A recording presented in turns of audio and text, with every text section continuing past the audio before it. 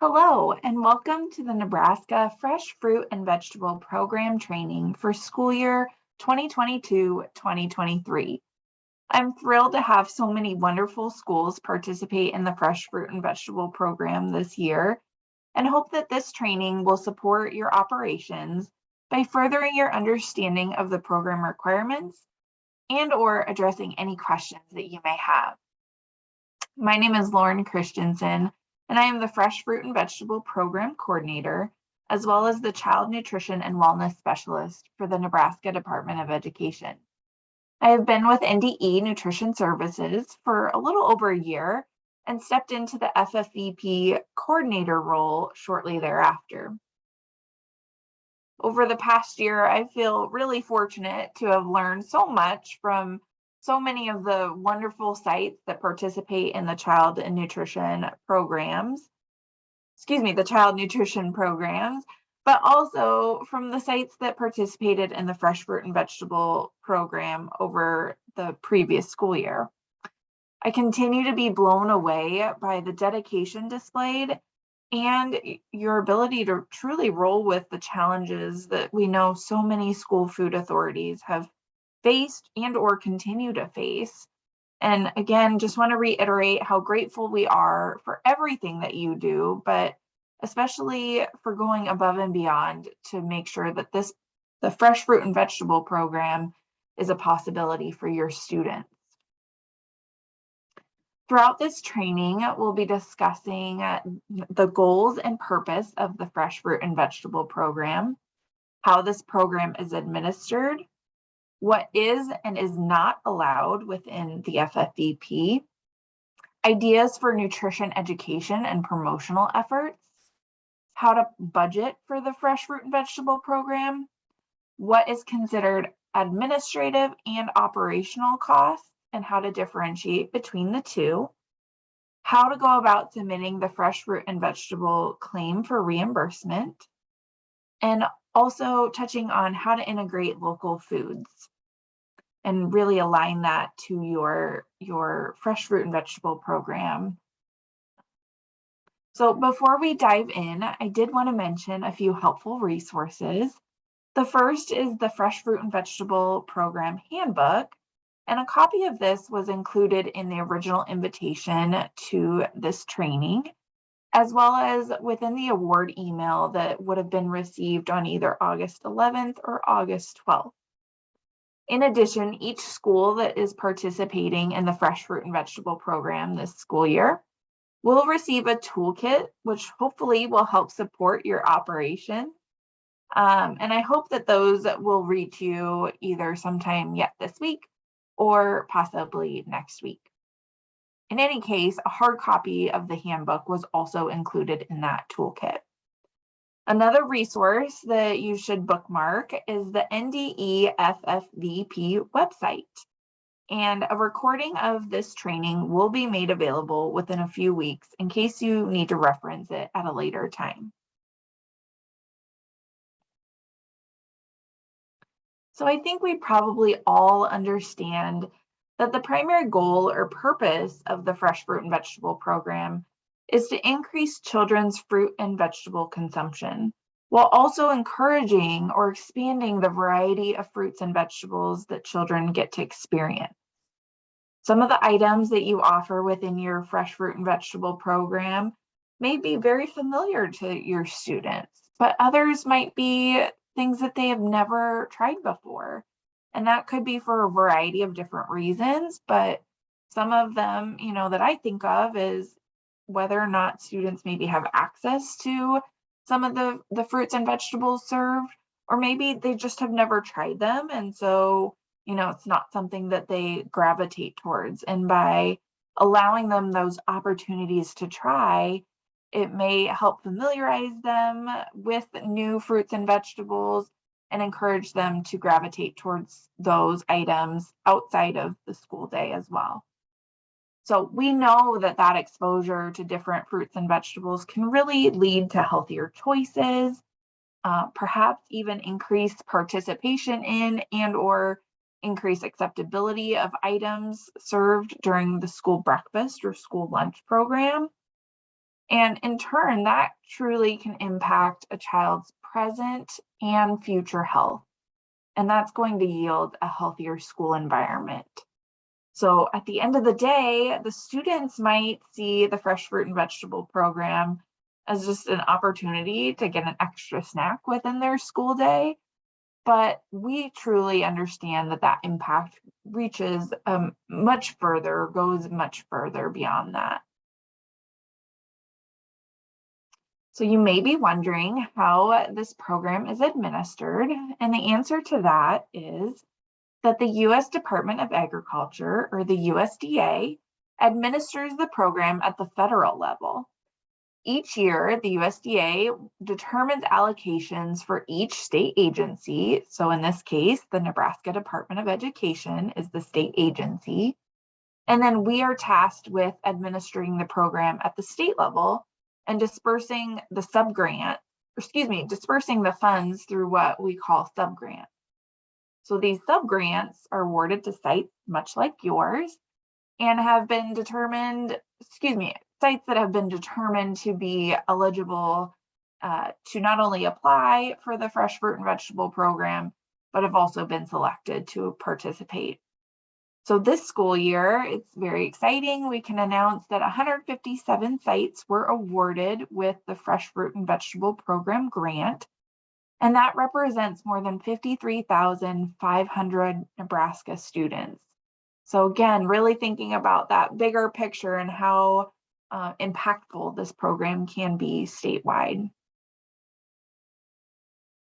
So to be eligible to apply to participate in the FFVP, there are some certain criteria that must be met.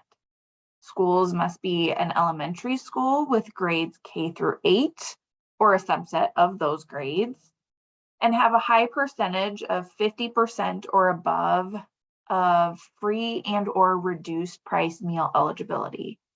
So since the last few years have looked a little bit different, we utilized data in terms of the free and reduced price eligibility percentages from October of 2019, because that was identified as being the most recent data that the USDA would allow us to utilize in making these determinations. And finally, sites that wish to participate in the fresh fruit and vegetable program would also be participants of the National School Lunch Program and complete that annual application, which was completed in this year's case back in April. So if you're interested to see the full list of awarded sites for this school year, you can access that through our FFVP webpage or the link on this screen.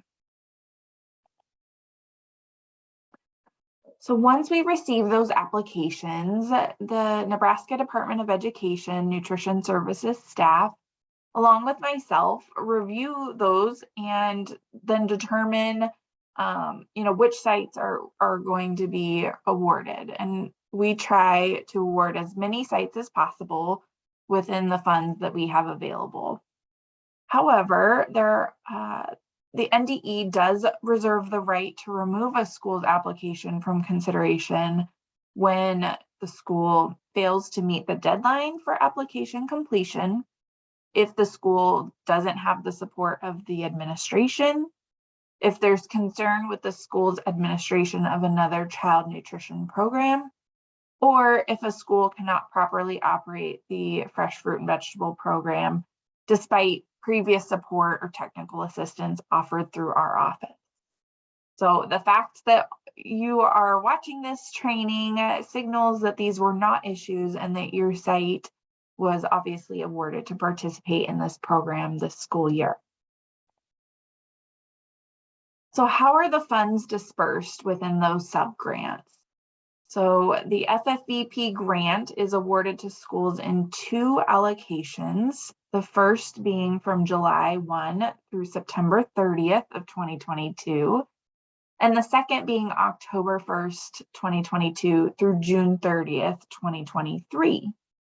I do always like to mention that funds not spent during that first allocation period of July 1 through September 30th, those do not roll over and cannot be used during the second allocation period. Likewise, you can't dip into the second allocation funds before October 1st. So again, what the amounts identified in your grant award notification letters would be what you have available to you for funding during those time frames.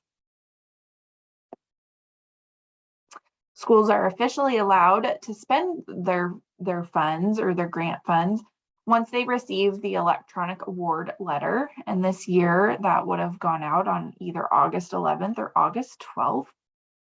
Schools were also asked to return a completed fresh fruit and vegetable program addendum to our office, as well as review the grant requirements document and accept the invite to participate in the fresh fruit and vegetable program within that application packet in the CNP system. So now that we have an understanding of the administration and award process for the fresh fruit and vegetable program, let's discuss how to run your program. So since we're already nearing the end of the first allocation period, many of you have likely already determined who will be responsible for carrying out each of these specific tasks. Some of those tasks being, who's going to order the produce, who will be responsible for preparing produce and establishing that monthly budget, as well as who will be responsible for entering the monthly fresh fruit and vegetable claim for reimbursement.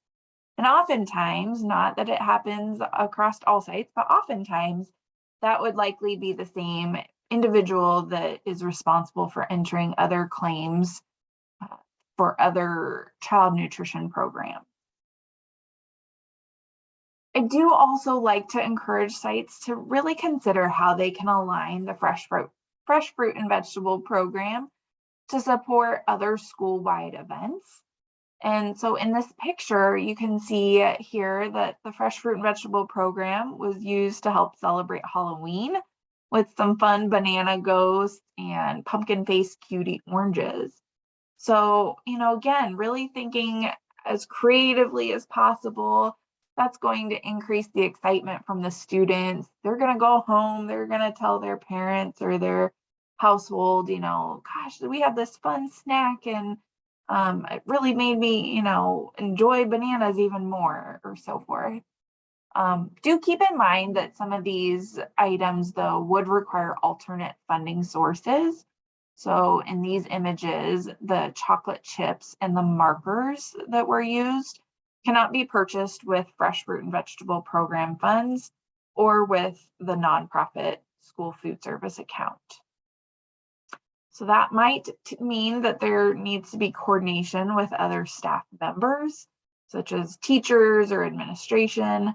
But again, get creative, have some fun with the program, and you're bound to enjoy it more, as well as help the students enjoy it. So speaking of coordinating the fresh fruit and vegetable program efforts, you'll want to consider who is going to be a part of your school team. And so in a lot of instances, you might just think, oh, well, that's the food service manager and food service staff and perhaps the bookkeeper. But really, it does need to be a team effort, that consists of support from your administration. Obviously, you need buy-in from the teachers, and they are going to be who you lean on to really provide those nutrition education components of the program. You may need to work with your school nurse if there are meal accommodations, and we'll talk about that a little bit further. Obviously, needing to notify your custodians of what to expect, and that there may be larger trash pickups on certain days, depending on frequency of your serving of FFVP. But you also may recruit support or volunteer from parents. If, as we know, unfortunately, labor shortages have really plagued a lot of school food service operations. And so requesting assistance from parents, if they're able to volunteer to help with the nutrition education or helping to promote it, if that's something that your school would allow, I think that would be a great tie-in. And then also really encouraging your students to be active participants. So not just in receiving of the fruits or vegetables, but maybe you ask your student government to help you come up with the monthly menu. You give them a list of items that they can choose from and that are within season or within the budget.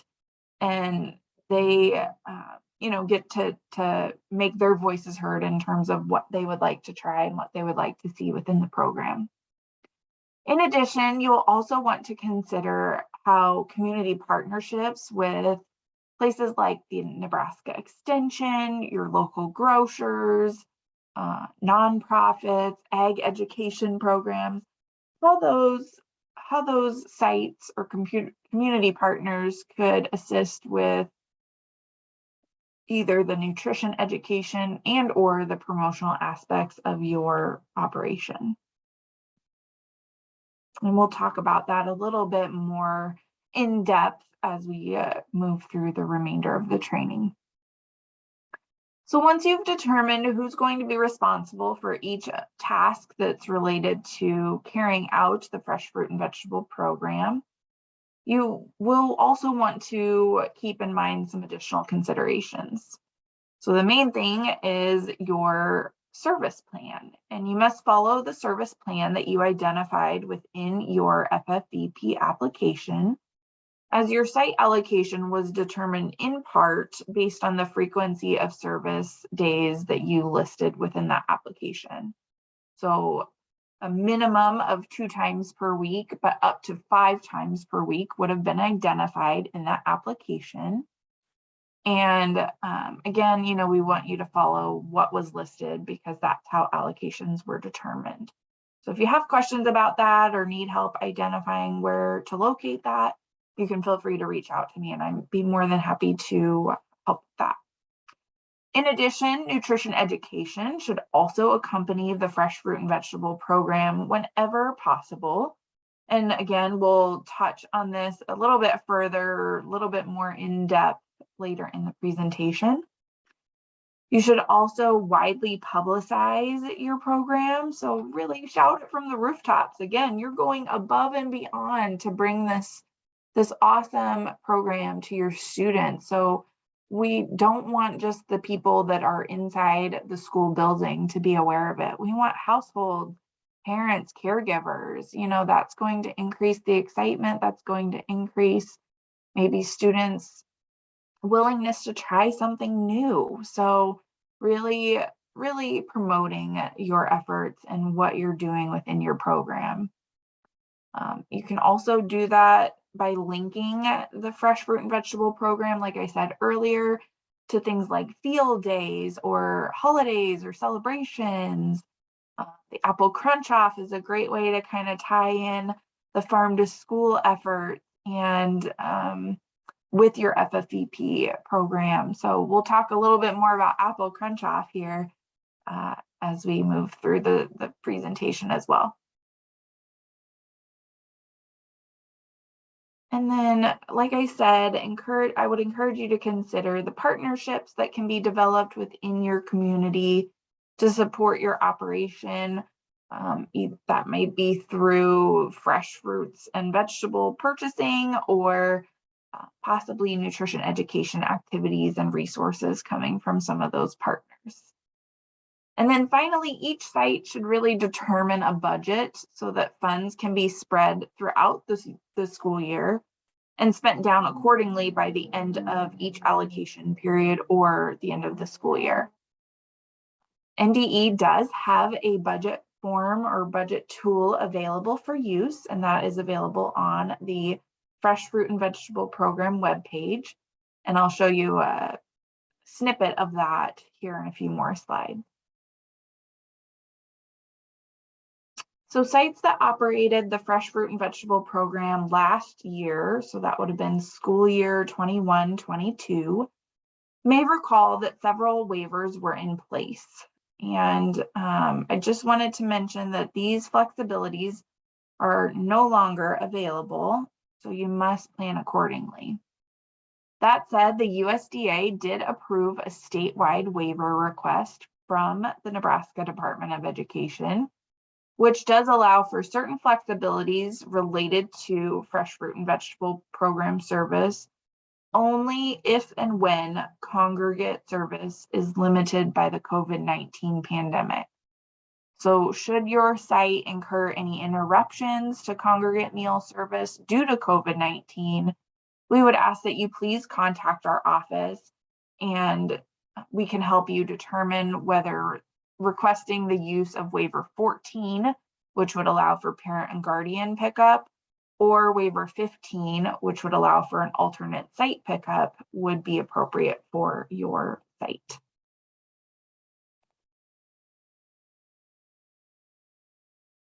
So obviously students that are enrolled in participating fresh fruit and vegetable program sites are going to be our target participants and should be the individuals that are able to participate in the program.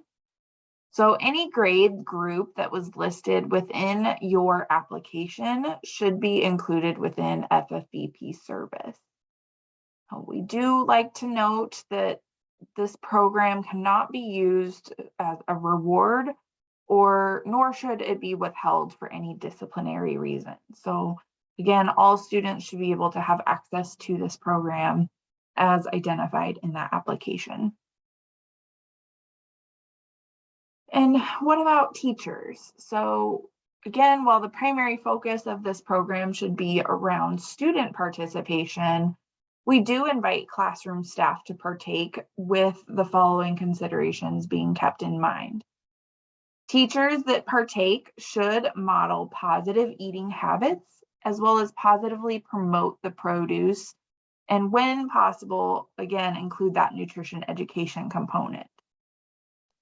Only staff that are directly responsible for serving the fruit or vegetables in the classroom setting should be partaking. And even with this, no additional funds would be provided for those staff portions. Two additional key considerations when serving fruits and vegetables as a part of your program would include that these fruits and vegetables should only be served at the school that is awarded to participate, and that they must be offered at times outside of regular meal service. So you would not be offering the fruits and vegetables purchased with FFVP grant dollars during breakfast or lunch. Where do you serve this program? So largely I would say that occurs within the classroom and as part of nutrition education. But really it's up to each site. So you can determine, you have the ability to determine where you serve your fruits and vegetables based on what works best for you. So again, that could be in a classroom, but it very well could be from carts or stands or a special kiosk in the hallway. Maybe there's a central location that you want students to, maybe there's a volunteer from each classroom that comes and gets the cart for their particular room. Or if something is maybe a little bit messier, maybe you're going to have students come to the cafeteria in the afternoon after lunch service is over, and you're going to have them consume their fruit or vegetable in the cafeteria for, that day. So you have a little bit of flexibility there again to really determine what makes the most sense and what works best for your particular site. In terms of meal accommodations for students with disabilities, you are required to provide meal accommodations. So if a student has a special diet or needs texture modified, the goal would be that you develop a way to allow that student to participate. So that may require pureeing items for students that have swallowing issues, or, in most cases, fresh fruits can easily be pureed, but fresh vegetables might be another story. So you may need to cook them and then puree if necessary. You'd also need to take into consideration students that may have food allergies. So let's say a student can't have bananas due to an allergy. You would want to make sure that you send an alternate snack, and also that you are communicating with the school health office, school nurse, parents, guardians, really to identify, how to best accommodate or make the appropriate accommodations for these individuals so that they can still participate, but you're also keeping student safety in mind and of the utmost importance. If you do have any particular questions around how to accommodate students with disabilities for the Fresh Fruit and Vegetable Program, we would encourage you to, again, please feel free to reach out to our office, and we're more than happy to discuss that with you further.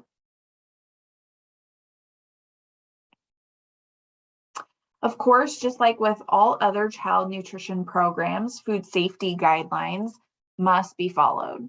So we would have you follow the USDA best practices when handling produce, making sure that both staff and students are washing their hands, food contact surfaces and equipment are sanitized appropriately, produce is properly and thoroughly washed before consumption, and all items are labeled, dated, and refrigerated as necessary.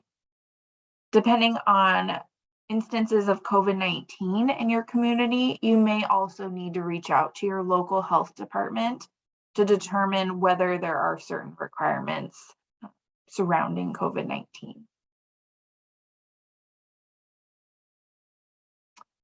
So what supplies or what is considered allowable in terms of purchasing within the FFVP?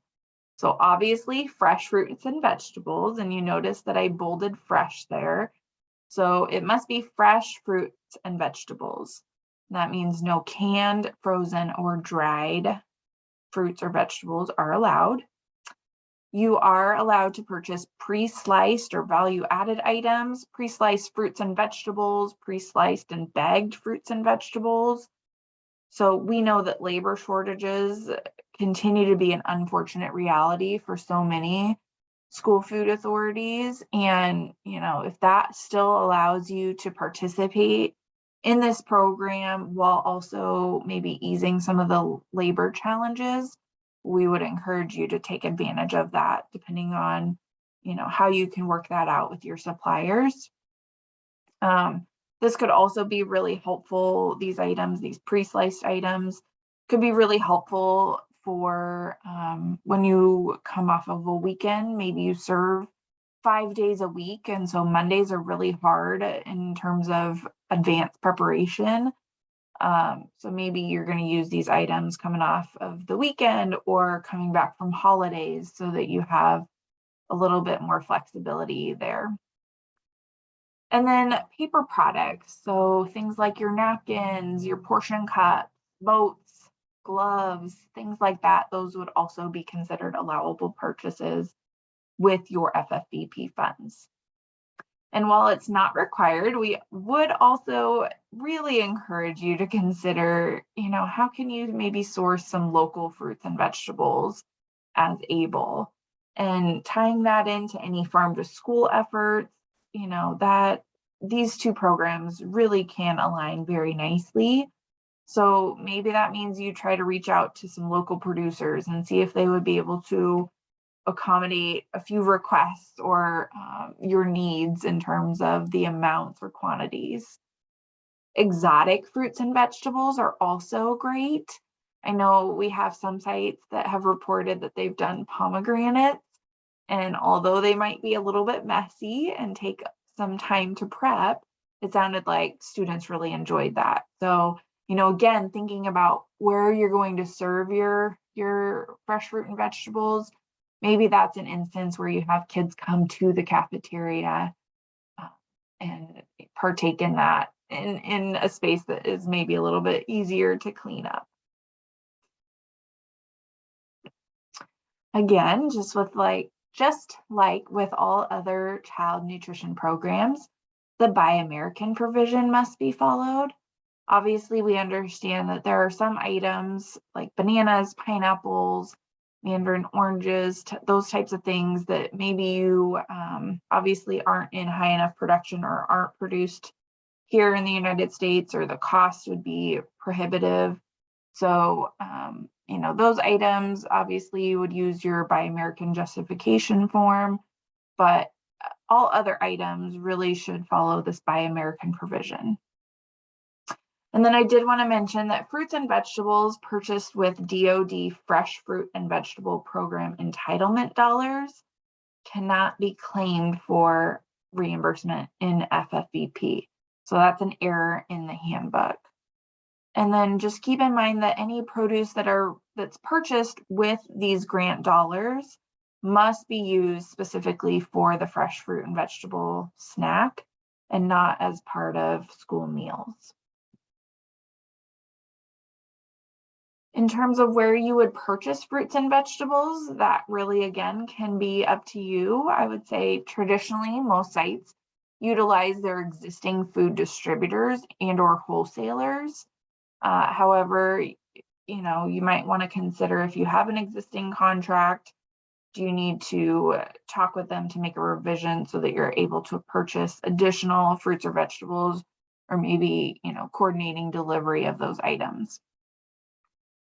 You could also purchase directly from local producers or farmers markets, local grocers, school gardens, or greenhouses.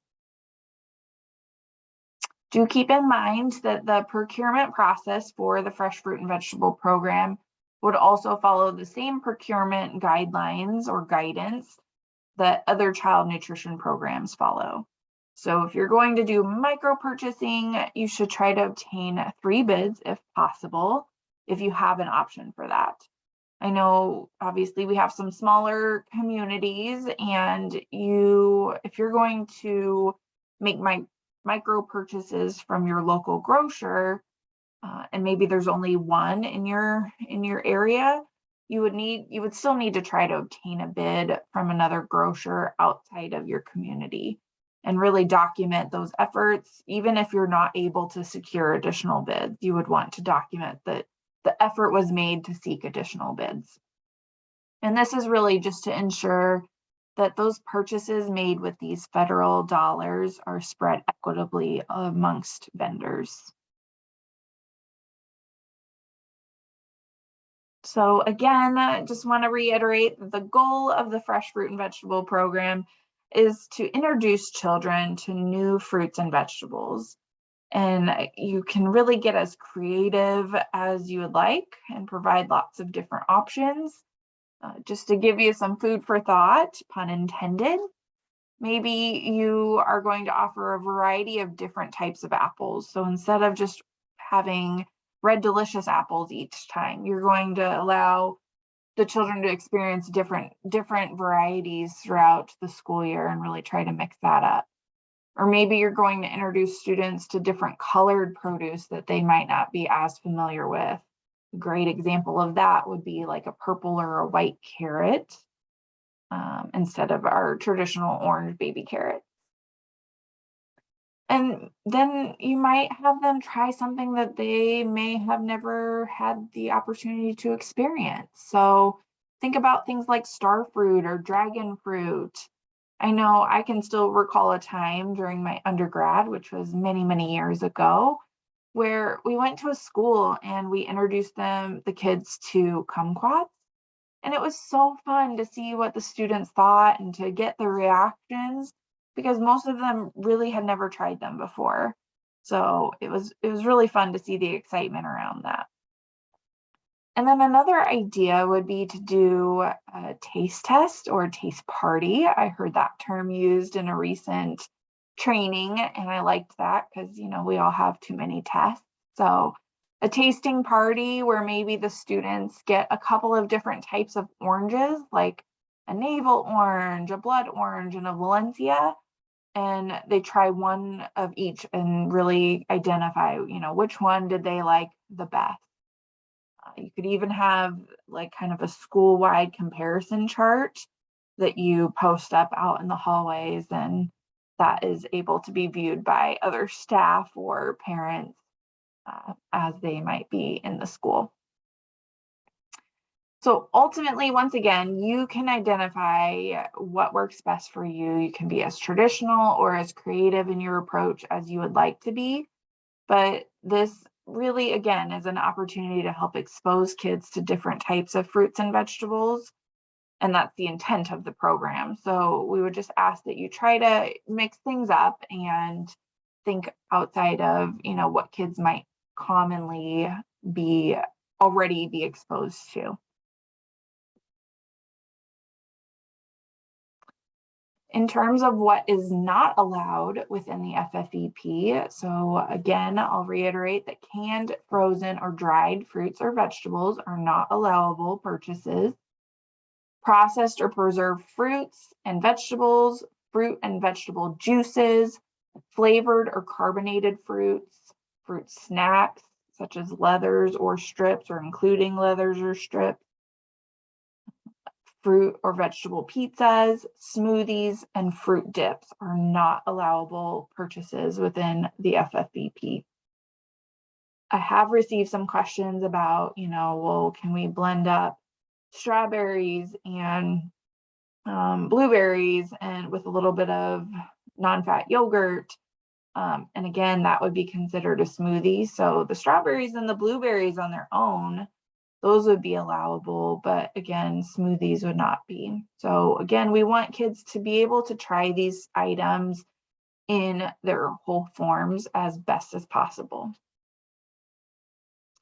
Certain items are allowed occasionally. And so you'll see, or you saw on the previous slide, and I mentioned that fruit dips are not allowed, but dips for vegetables are allowed on occasion.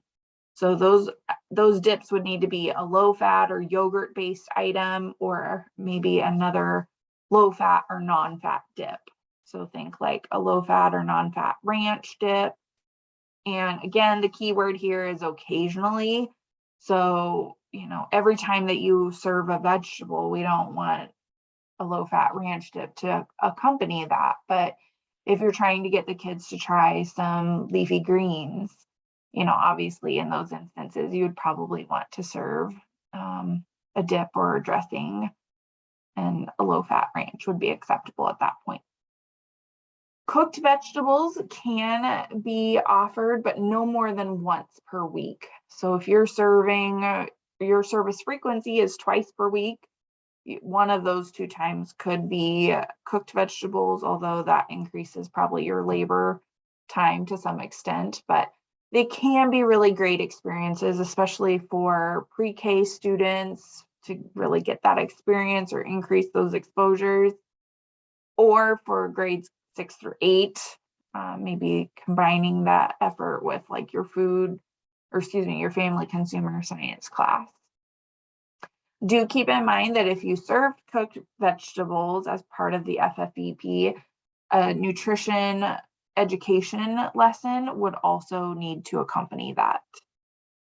So obviously here in Nebraska, corn, zucchini, other fall produce items, obviously we want to give the opportunity for kids to try those outside of school meals as well, and those can be great examples of items that you might highlight.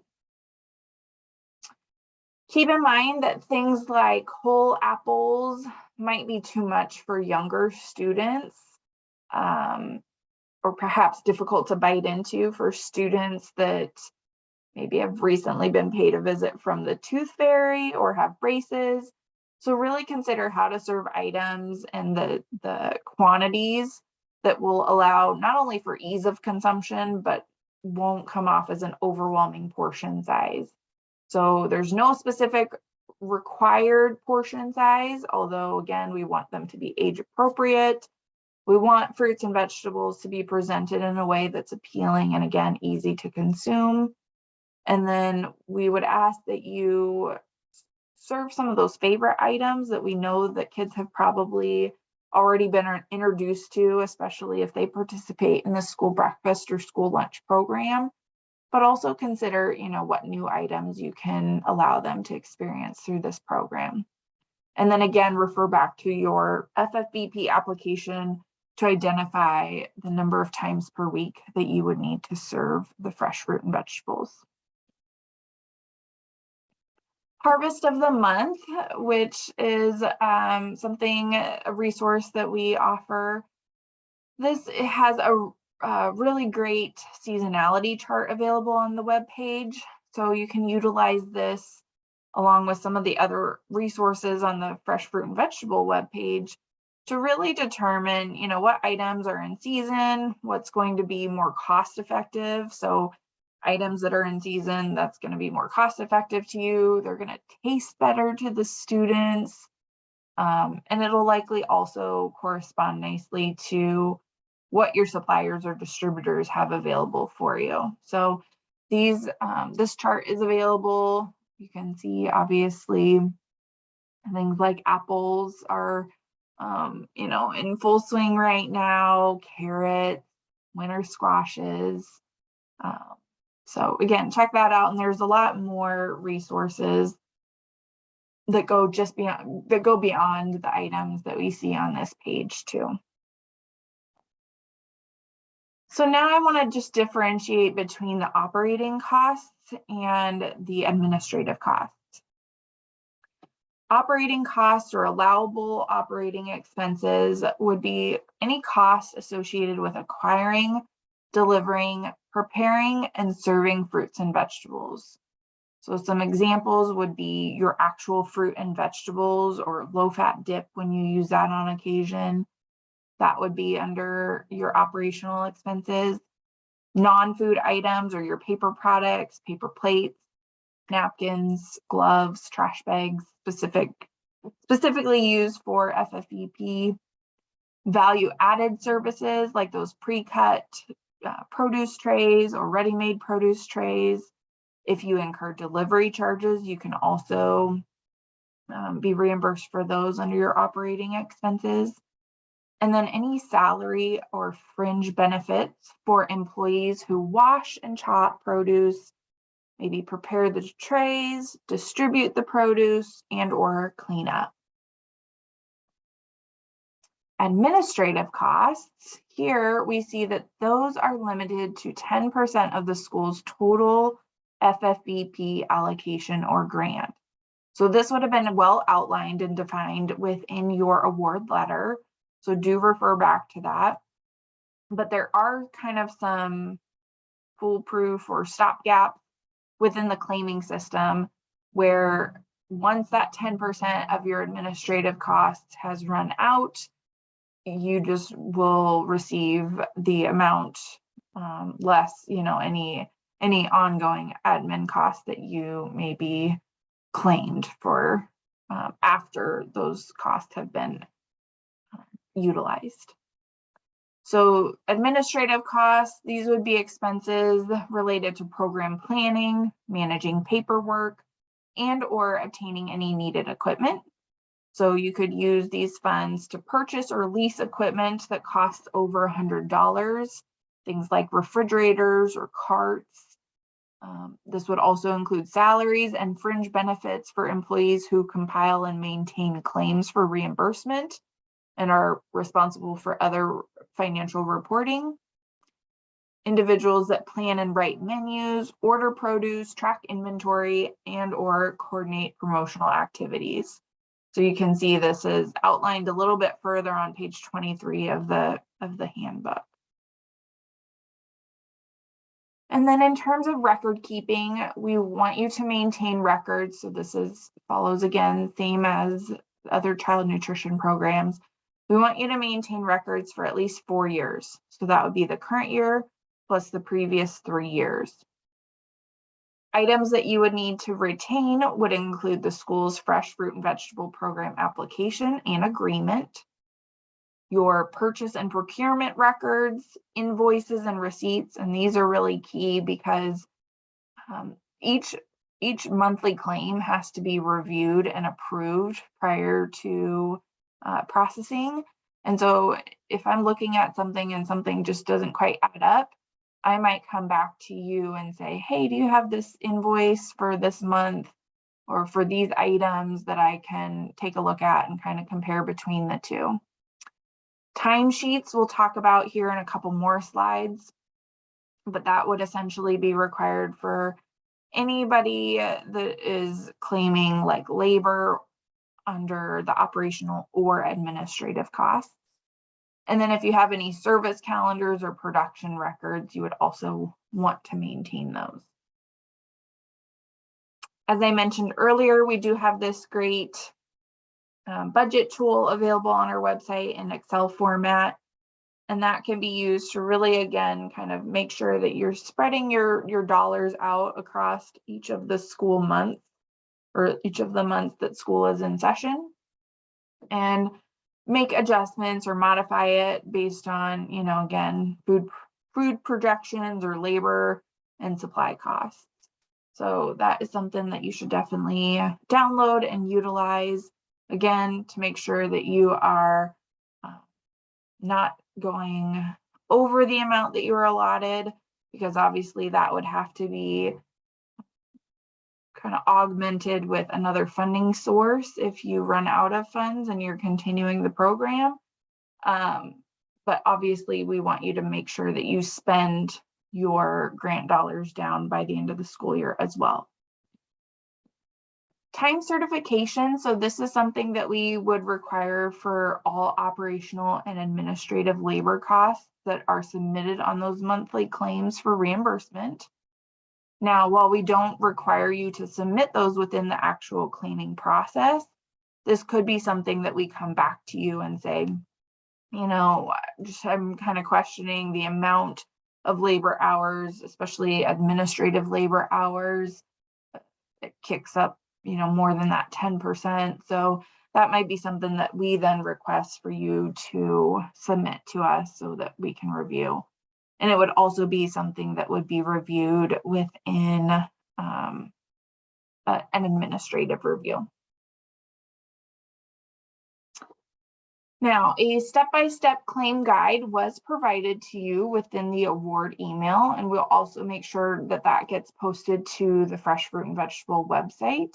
But there are a couple of things that I would like to walk you through with regard to that claiming process. Now, depending on when you're watching this, if it is early, the first week of October, our claiming system may still be down due to some updates that our software company Collier was making.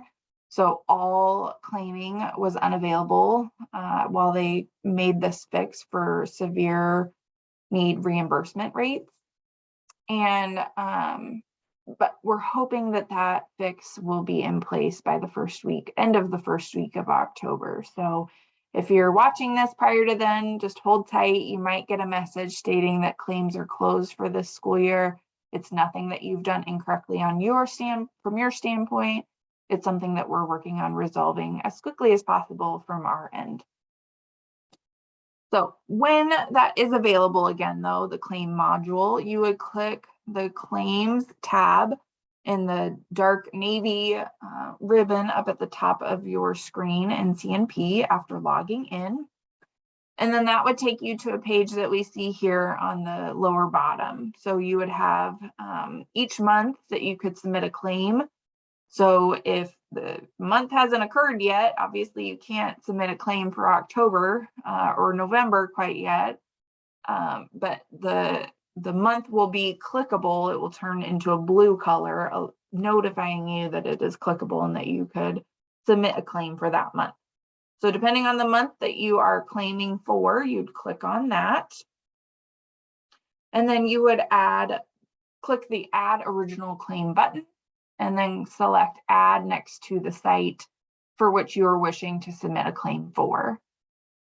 Like regular SMP claiming, each site does have its own monthly claim, so do take note of that. You will then proceed to input all the claim information. And one point that I want to convey very clearly is that the number of days of operation for the Fresh Fruit and Vegetable program, this is on number 1, This is the number of days you actually served FFVP items to students. So this is not necessarily the same number of days you serve school meals. If you are only serving 2 times a week in FFVP, that number, obviously, depending on the number of weeks in a month, would be around 8 to 10. If you're a school that serves 5 days a week, obviously that would coordinate more with the number of days that your school was in service. So just keep that in mind. Make sure that you are putting the correct number of operational days as they relate to FFVP. Then you will want to click on that fresh fruit and vegetable cost button. And do note that you'll probably get a pop-up as you click on that. You can go back through and edit, but this year there were some changes made where you are required to enter your nutritional education activities and your FFVP promotional activities.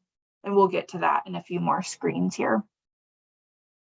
Once you click that fresh fruit and vegetable cost link, it takes you to a page like this. Obviously, it would be blank, but you would insert according to how your invoice or your receipts show.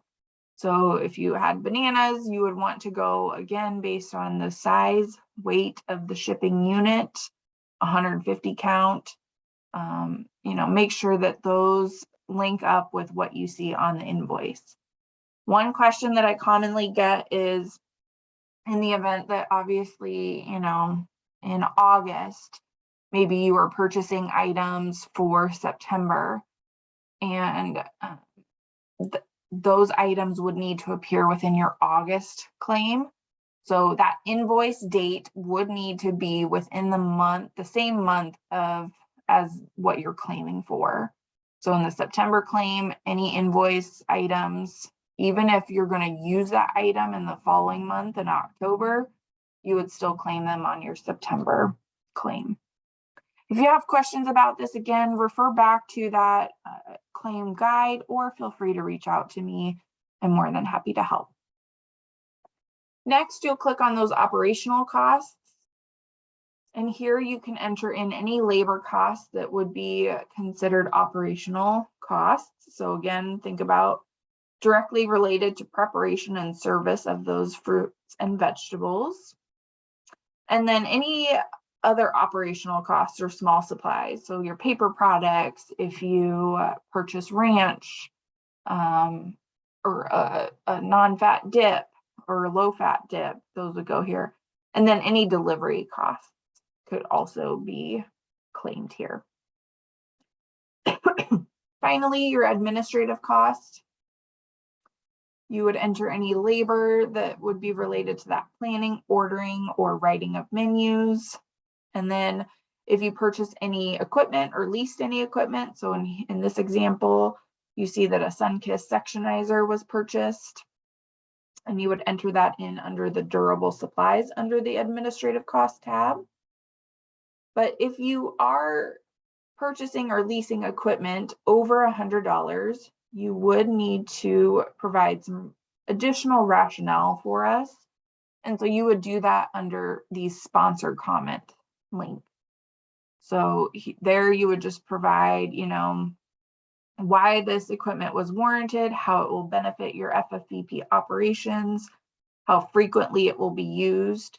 And then if it is going to be utilized for any other school meal purposes, you would need to prorate the cost in accordance with how often or what percentage of time it would be used for the fresh fruit and vegetable program. And then, like I said, so on number 6 and 7, here you would enter in your nutrition educational activities and your FFVP promotional activities for that claim month. If you try to bypass that and leave those blank, it's going to prompt you to go back to that. So again, that is a required component. We want to know what's going on and how you're linking that with your education and how you're promoting it. And then you would click that red submit for payment button. So you can see until you click that status in the corner there says validated. but you need that status to say pending approval. So if you see pending or error under the claim status in the claim year summary, or under the claim month summary, you need to go back into that and try to determine what steps you need to take. Maybe there's something that wasn't quite calculating correctly. So it needs to say pending approval, and then I am able to go in and approve on my end. So that is one difference from other claims, from the S&P claims. Those don't require approval prior to payment processing. These, however, we have to manually go in and approve each claim for each site. And then using this very helpful feature within the monthly claim summary and the yearly claim summary that shows you the amount spent in operational and administrative costs. So it tracks that for you as you go through the claim months and shows you the remaining balance available for that allocation period. So again, that is helpful. You can use that to really make any adjustments to budgeting requirements and make sure that you're staying on track there. Lastly, we're going to talk about, tying that nutrition education to your program. And that's really beneficial in helping students understand more of the why behind eating healthy. So nutrition education can be done in a number of ways, but it should be age appropriate. And do note that there's plenty of free resources and materials available to utilize for the education component. Some of those we've included in that toolkit that I mentioned you should be receiving here within the first week of October. So, really check those out, really use those to your benefit. And then I've also listed the Harvest of the Month webpage, which you can find on the NDE website. And I will also be sending out a link to this FFVP Jamboard, which is something that I've kind of curated over the past year, just from ideas that I saw that I felt were really inspired and could maybe be helpful for other people to take note of. As I mentioned, those toolkits should be coming your way here at the beginning of October. And it has several items that will hopefully help support your nutrition education and promotional efforts. Things like a resource guide, posters, booklets, stickers, bookmarks, so again, make sure to dive into those and use those resources to your benefit as you are operating your program. And then there is a handout in there that includes some suggested uses for those promotional items. So I'll let you read through that once you get your toolkit. And then we want you to also really promote your program. So like I said before, use the Fresh Fruit and Vegetable program for as a way to kind of align with other school day events. Maybe it's a school assembly or Red Ribbon Week. You can really offer up, red fruits and vegetables and make it fun that way. But you want to let teachers, staff, and students know, but also those households, and really kind of bring that connection in and shout your efforts from the rooftop.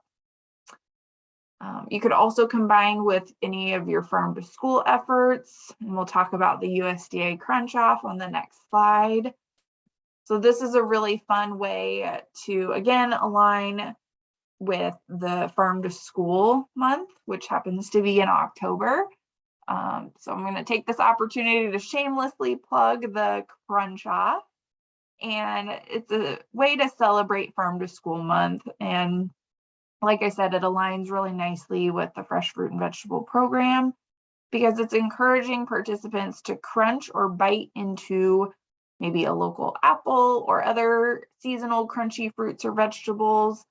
And that can happen anytime throughout October, but you would need to register your school and the number of participants. Nebraska, I'm happy to report, is the reigning champion on this competition. So we brought this trophy back to Nebraska the past 3 years, or rather kept it here in Nebraska for the past 3 years, and we're going for year 4. So again, a fun way to really promote your fresh fruit and vegetable program while also aligning nicely with local produce and connecting to farm to school type activities. And then another way to kind of help with your promotional efforts is through the Snacktivities guide, and I'll send a link to this as well, or we'll post it on, make sure that it's posted on our webpage. But there's tons of really cute examples, and really makes eating fruits and vegetables fun and enjoyable, so kids can be excited about that. And lastly, FFVP promotion can really be a great way to help meet family engagement goals.